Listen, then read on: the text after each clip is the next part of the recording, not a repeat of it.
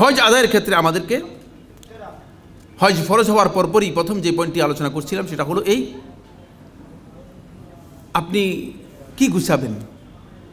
এই পৃথিবীর কোনো জিনিস গুছাই যেতে পারবেন না। আমি স্পষ্ট করে আপনাদেরকে বলতে চাই, আপনি যে চেষ্টা করতেছি এটা গুছাবো ওটা গুছাবো, আল্লাহর কসম কিছুই গুছাতে পারবেন না। হতে পারে যে পকেটের টাকা ওটা গুছাতে পারেন নাই, পকেটের টাকা পকেটে রয়ে গিয়েছে, আপনি পৃথিবী থেকে চলে গিয়েছেন।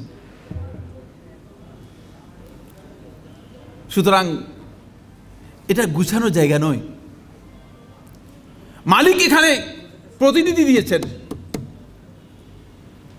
আপনি চলে যাবেন, আপনার প্রতিনিধি এসে জায়গা দখল করবে, মালিকের জায়গা মালিকেরই থেকে যাবে।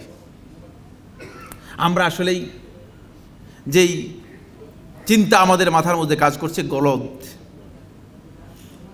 এই জন্য আমি আপনাদেরকে বলবো, প্রথম পয়েন্ট যেটি সেটা হচ্ছে এই, আমাদের এই চিন্তা গলত যে আমরা হজের জন্য প্রস্তুতি নিয়ে গুছিয়ে টুছিয়ে তারপরে হজ করব, এটা ইবাদতের ক্ষেত্রে মোটেও প্রযোজ্য নয়, পারবেন না।